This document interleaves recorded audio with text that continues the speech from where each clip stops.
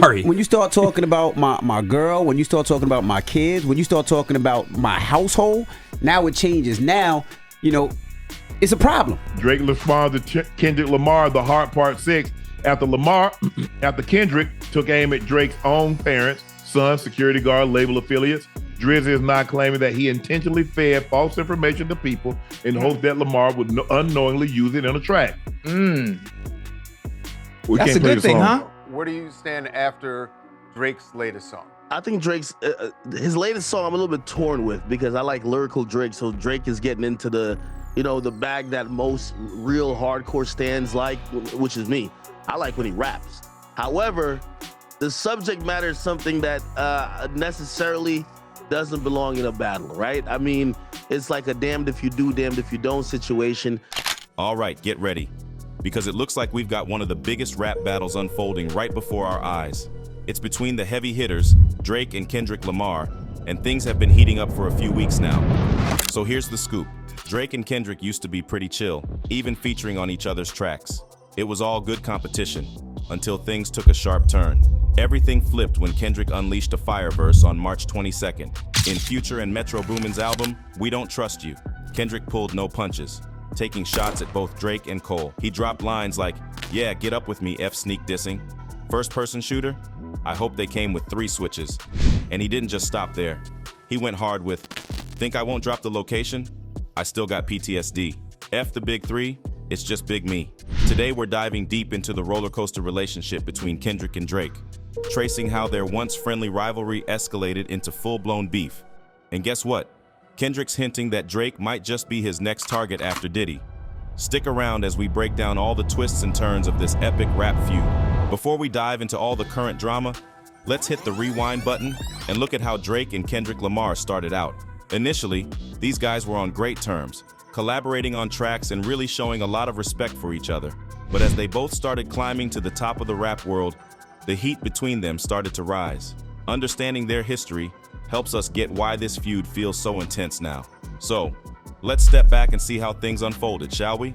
Back in 2011, Drake was really making moves, transitioning from a somewhat controversial newcomer to a full-blown superstar with his debut album. After smashing the charts with his Thank Me Later campaign, everyone was wondering if he could push his music even further. Take Care was his big answer to all those skeptics, bringing vibes that reminded everyone of So Far Gone and featuring some big names, including the up-and-coming Kendrick Lamar. Fresh off the buzz from his Section 80, Kendrick was being touted as the next big thing from the West Coast. Drake gave him a spot on the Buried Alive interlude. Riding that momentum, Kendrick dropped some confident lines like, "So blame it on Mr. Ovoxo / the reason why I'm breathing all the vanity I know." You could tell his confidence was sky high, especially with that boost from his collaboration with Drake.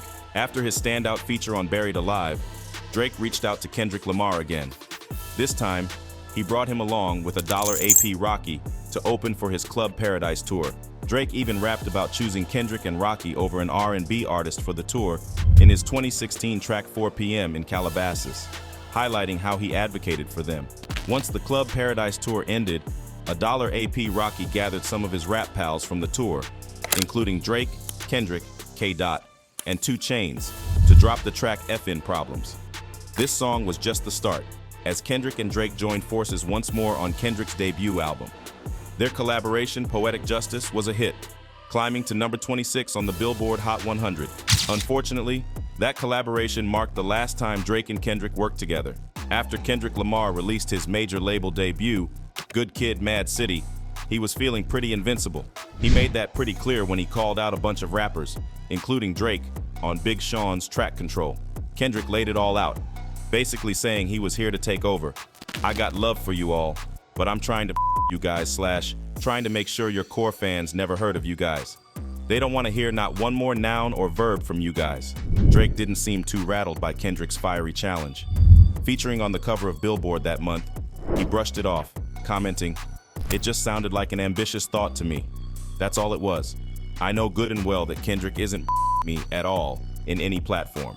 So when that day comes, we can talk about it again." Kendrick continued to bring the heat at the 2013 BET Hip Hop Awards, where his crew TDE took the stage, and he threw some more jabs over the Shook Ones beat. Drake later opened up in an interview with Vibe magazine about his track The Language, and why he felt he had to stand his ground against Kendrick.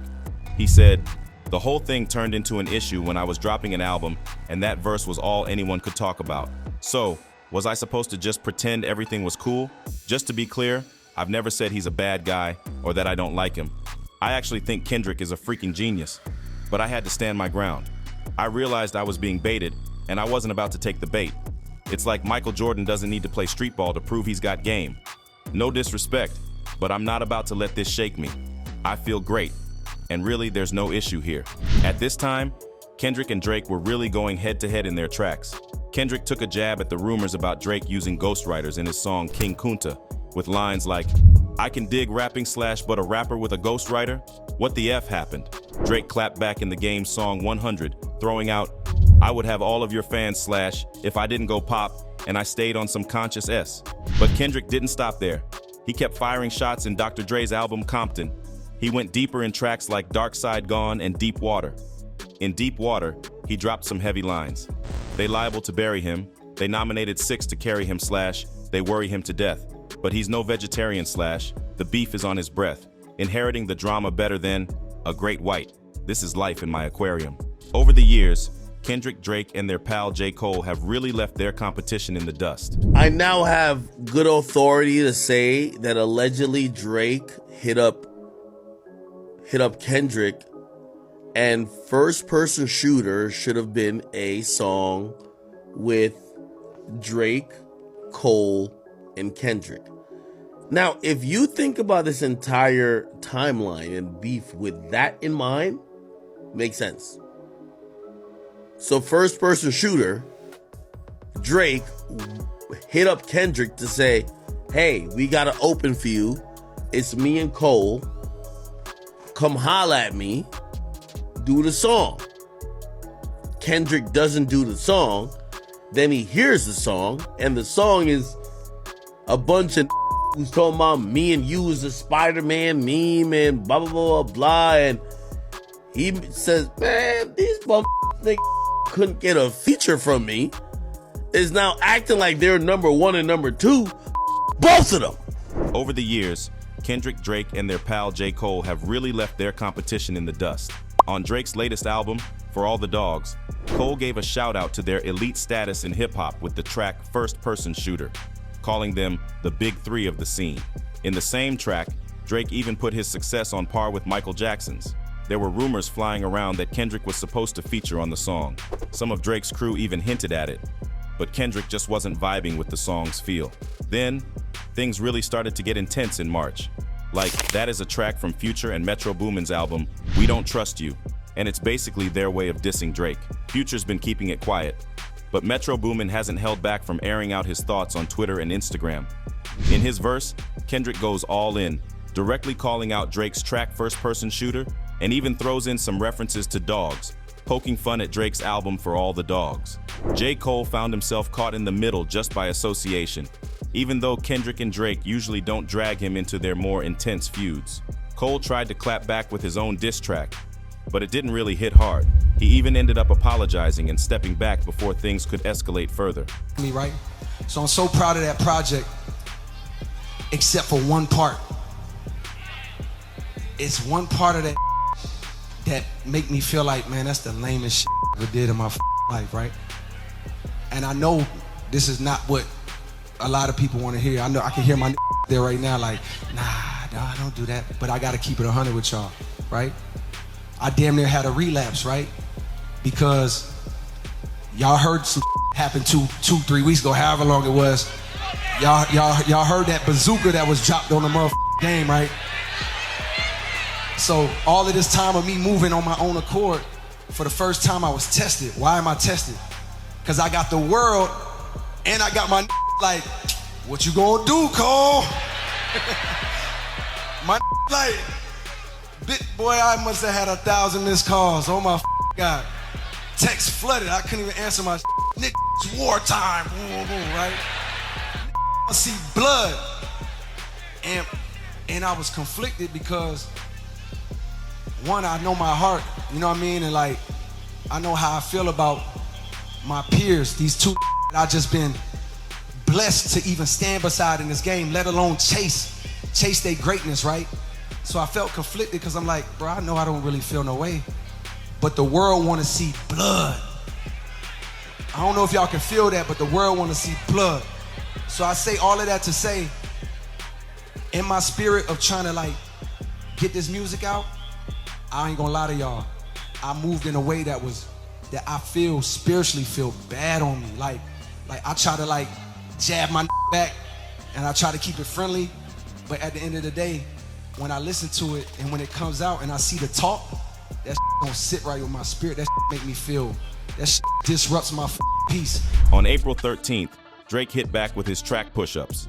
This came in the heat of the ongoing beef highlighted in Future and Metro Boomin's albums We Don't Trust You and We Still Don't Trust You. These albums not only featured The Weeknd, Rick Ross, and $AP Rocky, but they all seemed to be taking shots at Drake. The track initially leaked, sparking rumors that it might have been AI generated. However, those rumors were put to rest when Drake sent the final version over to DJ Academics, who then blasted it on his official YouTube page, stirring up the hip-hop scene even more. What platform you smoking on, Kendrick? Wait, drop. Wait, no I'm on the song. Am I on the song? I'm not on the song. I swear I'm on the song. Maybe that was on soundboard. Drop and give me 50, all you fuck niggas teaming up. What platform you smoking on, Kendrick? Yeah, drop a 50 bag for the mob in a spot. Drop a 50 bag, 29 for the thought. I was really trying to keep it PG. On the same day, Ross dropped his own diss track against Drake called Champagne Moments and kept poking at Drake online, calling him white boy and suggesting he's had some cosmetic tweaks. In Push-Ups, Drake's digs at Kendrick were pretty sharp, mocking Kendrick's size and cultural impact, claiming he got stuck in a bad deal with Anthony Top Dog Tiffeth, and poking fun at his pop collabs with Taylor Swift and Maroon 5. The most shocking line? Drake said, "I'll be with some bodyguards like Whitney." That's a clever twist referencing Whitney Houston's movie, The Bodyguard, but also hinting at Kendrick's fiancée, Whitney Alford, who appeared on the cover of Kendrick's album, Mr. Morale and the Big Steppers with their kids. It's a similar tactic to the one he used against Pusha T back in 2018, which ended up revealing that Drake had a child. That move really turned up the heat in their feud. On April 19th, Drake stirred up more drama with Kendrick Lamar when he released Tailor Made. In this track, Drake opened up about how recent advancements in AI technology caused some confusion around his earlier song Push-Ups and other tracks that featured AI-generated voices of Tupac and Snoop Dogg. He cleverly used this tech to poke at Kendrick, especially with Tailor Made, where he suggested that Kendrick was too intimidated to release new music while Taylor Swift was dropping her album. Drake set up a scenario in the song, mimicking West Coast legends like Snoop, reminiscing about a past concert where Snoop and other rap icons symbolically passed the torch to Kendrick. He even used Tupac's voice, Kendrick's well-known influence, to address potential digs at Drake's controversial relationships with younger women, a topic that has brought him criticism. Drake proactively countered any criticisms about inappropriate behavior, which he has consistently denied. The line that really caused a stir was Drake's, "You better have a motherfin quintuple entendre on that S." It looks like Kendrick took that challenge seriously, with fans eagerly analyzing his dense and layered responses in his subsequent tracks. Kendrick Lamar's track Euphoria spans over 6 minutes and strikes a tone that's a stark contrast to Drake's recent musical styles. It starts with a smooth Teddy Pendergrass sample, but quickly escalates into chaos. Throughout Euphoria and the tracks that follow, Kendrick blends introspective thoughts with sharp humor. He takes serious shots at Drake, calling him out for using ghostwriters like Lil Yachty, rumors of cosmetic surgery to enhance his abs, his lack of response to Pusha T's The Story of Adidon, and even questions Drake's commitment as a father compared to his own. But Kendrick doesn't just stop with these accusations. He also ventures into more sensitive territory, labeling Drake as effeminate with some lines that tread close to being subtly homophobic. He also probes Drake's connection to his black identity with cutting remarks like, "How many more black features till you finally feel that you're black enough?" By the end of the song, it's clear Kendrick has little respect left for him. Kendrick also dishes out some stern warnings to Drake, suggesting he has some significant dirt on him, and accuses Drake of potentially fabricating stories to tarnish his family. although he points out that he's already laid his family issues bare in his own music, like on Mr. Morale. He even avoids making deeper accusations regarding the age-related controversies in Drake's social circles. In his lyrics, Kendrick raps, "I even hate when you say the N-word, but that's just me. I guess some stuff just cringeworthy. It ain't even gotta be deep, I guess." Here, Kendrick exhibits a surprising level of restraint, considering the heat of their ongoing feud. Early on the morning of May 3rd at 6:16 a.m., Kendrick Lamar released 616 in LA, seemingly tipping his hat to Drake's penchant for time-stamped tracks. The song features a laid-back production from Kendrick's longtime collaborator at Top Dog Entertainment, Soundwave, and Jack Antonoff, who's known for his work with Taylor Swift. Despite its mellow vibe, there's a somewhat eerie undertone to the track.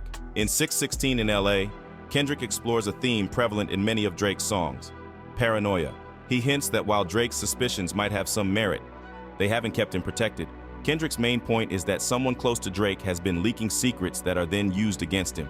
This idea reflects a line from The Weeknd about leaks within their group on "We Still Don't Trust You," and echoes Pusha T's claim that he learned about Drake's son through someone close to Drake's producer, 40.